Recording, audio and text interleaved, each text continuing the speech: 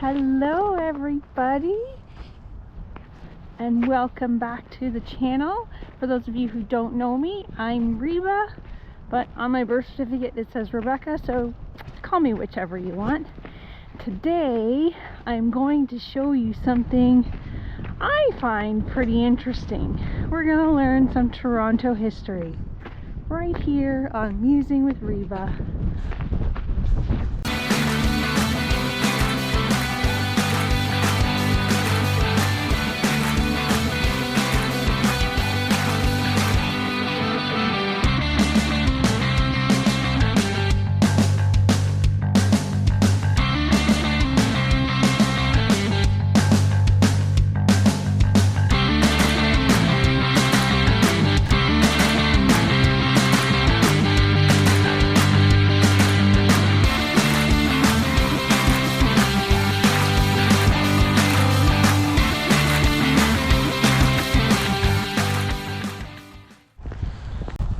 I was just accosted by a very small dog.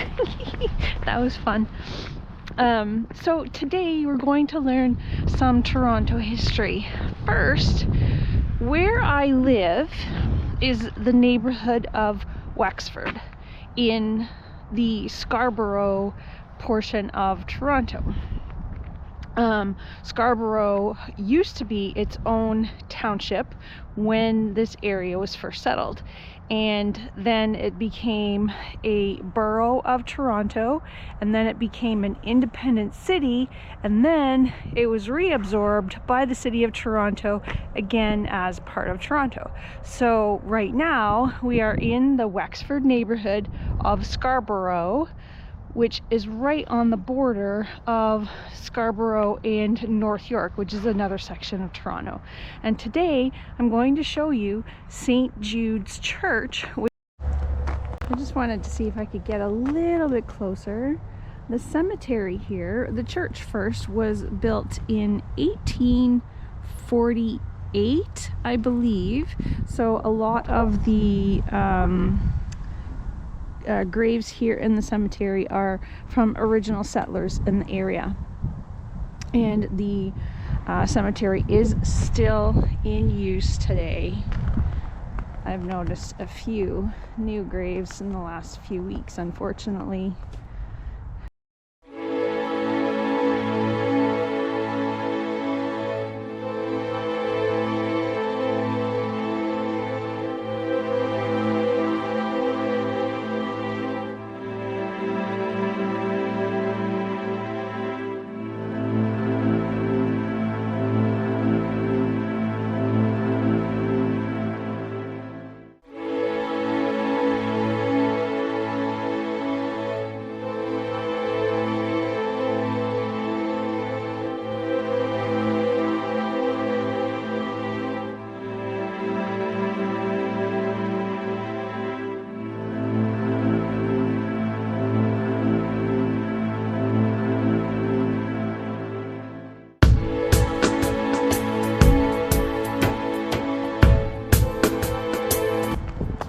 One there, Tom's, I can't read, William Tom's, I think, Mary Ryan Tom's, has a mirror on it. I don't know why it would have a mirror on it. If anybody knows if there's a significance to that, please let me know down in the comments.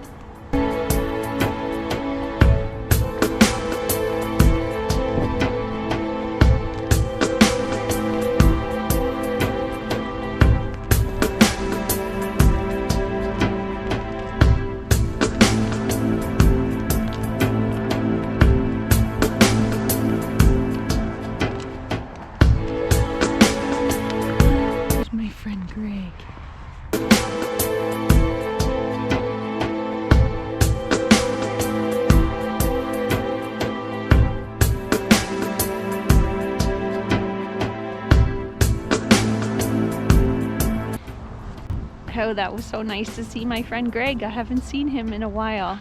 It's good to see the older dogs and their people, especially during this pandemic when you don't see somebody for a while.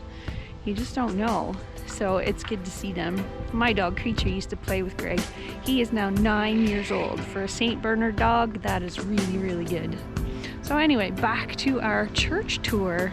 I do apologize, I'm getting closer to Victoria Park, so if the noise from the traffic is getting louder, very sorry. So the church is built, I believe, 1848. There's a plaque over here, I will check to be sure. And a lot of the men who built the church were from the neighborhood, farmers from the neighborhood, and are actually buried in this cemetery. I love this little church. It's just very pretty, very cute. It's only 20 feet wide by 40 feet long. And when it was first built, it was heated by a potbelly stove in the middle of the nave. Yes, St. Jude's Church, erected in 1848 by the Reverend William Stewart Darling and the Anglican families of the Wexford area of Scarborough. The site of the church and the cemetery was originally a private burial plot of the Parkin family. The church is a perfectly scaled model of the first minister's home church in England. It's now the oldest surviving Anglican church building in Scarborough.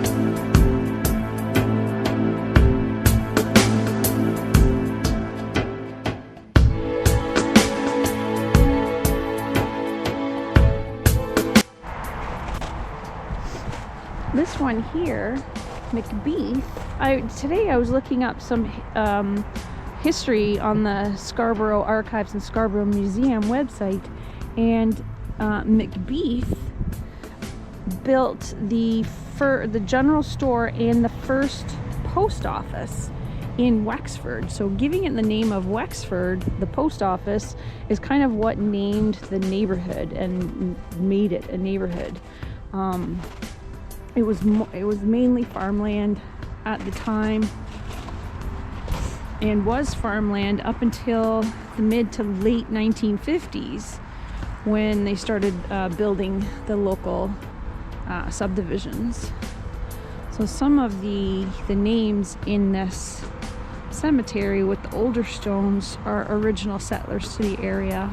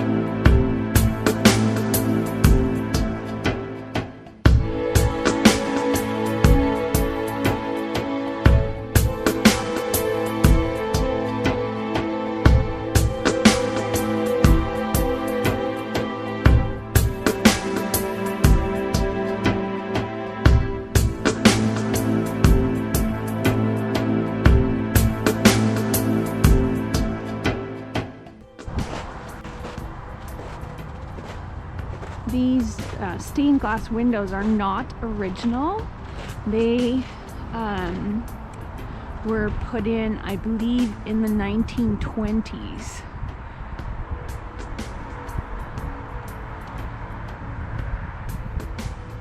The basement was put in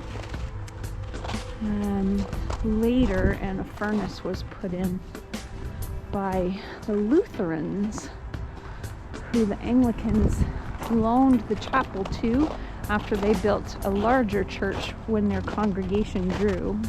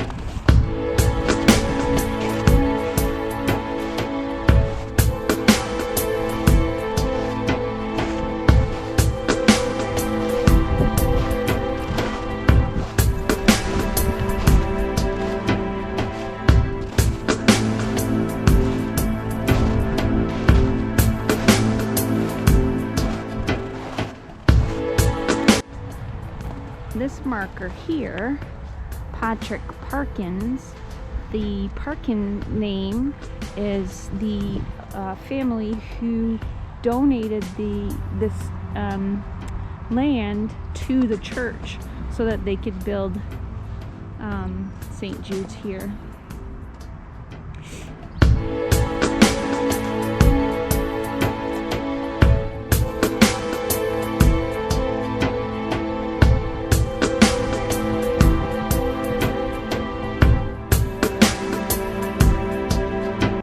Once you're in, you can't get out. In the 1950s, when they started building up this neighborhood and selling off farmland to put in all of these new homes, they built this church here, the larger St. Jude's, because the smaller one, in one year they had a congregation of about 40 people, and the following year, because of development, had a congregation of 1,000.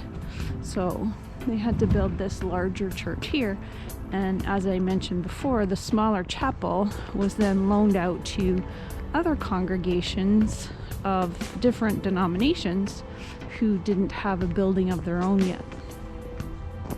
So all of these small houses that are in the neighborhood were built in the mid to late 1950s after World War II.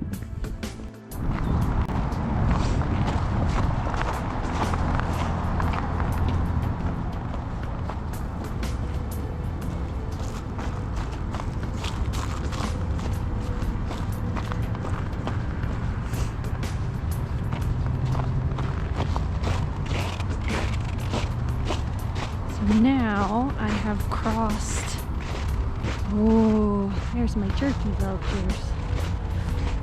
I have crossed Victoria Park Avenue. I'm now in North York, which is, the border is Victoria Park Avenue between Scarborough and North York. North York also at one point was York, and then the city of North York, or a borough of North York, and then city of North York, and now again part of Toronto, like Scarborough. So here I wanted to show Wexford Cemetery. This spot right here on the corner of Victoria Park and Lawrence Avenue in Wexford, surrounded by lots of traffic and shopping plazas and restaurants. And these big apartment buildings.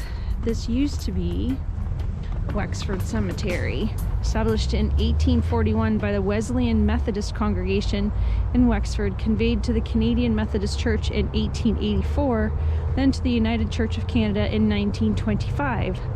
Declared a pioneer cemetery in 1982 by the city of North York, remnants of the gravestones are buried in the base of this cairn, and legible inscriptions are recorded with the Archives of Ontario. This cairn is dedicated to the memory of the early pioneers. Again, sorry for the noise. I am right on the corner of Victoria Park and Lawrence, so there's lots of traffic. It's just that time of day, and that's the two things that I wanted to show you that are directly in my neighborhood. I find it very interesting, the history of the area. I'll have some more to show you. The stay-at-home measures are supposed to be lifted this week, thank goodness. And hopefully I will be able to get out and do some more things in the whole greater Toronto area. Toronto is a very, very large city geographically and population-wise, so there's a lot of different things to see. So now I've left busy street and I'm just on a neighborhood street. I used to actually live in this neighborhood before. For a very short time, my aunt and uncle, who now live in the condominium building next door to mine, they used to live on this street, and then for a time I lived with them. Oh, there's Greg fur on my lens, excuse me. So even before my mom and I bought the condo where I am now, we knew the neighborhood really quite well because my aunt and uncle had lived here for decades. Yeah, so now I'm just on my way home. Thought I would take a quieter route and get some extra steps in because I've been sitting at my desk all day. It's quite cold out today. My hand is cold even with a glove on. So I will leave you here. Thank you for coming along on my history tour of Wexford. There's so much more to show you, honestly. I had no idea there was so much history in this area. I mean, First Nations people have been here for, 12,000 years or something, but yeah, I didn't know it was as interesting as I have found. So I have lots more to show you, but I can't show it to you all in one video because you'd be sitting here forever watching. So thanks for joining me. Hit the thumbs up. Let me know if you're a history nerd like me and if you want to see some more history of Toronto or Ontario, and I can try and get out to as many places as possible once things start to reopen, which hopefully will be this week. And we have another polar vortex coming through, so I don't know if I'll get out to do too much, but yep, it'll be spring soon anyway. So thumbs up, you know the drill. Comment, let me know what else you'd like to see in Toronto, and I will do my best to show it to you. Thanks.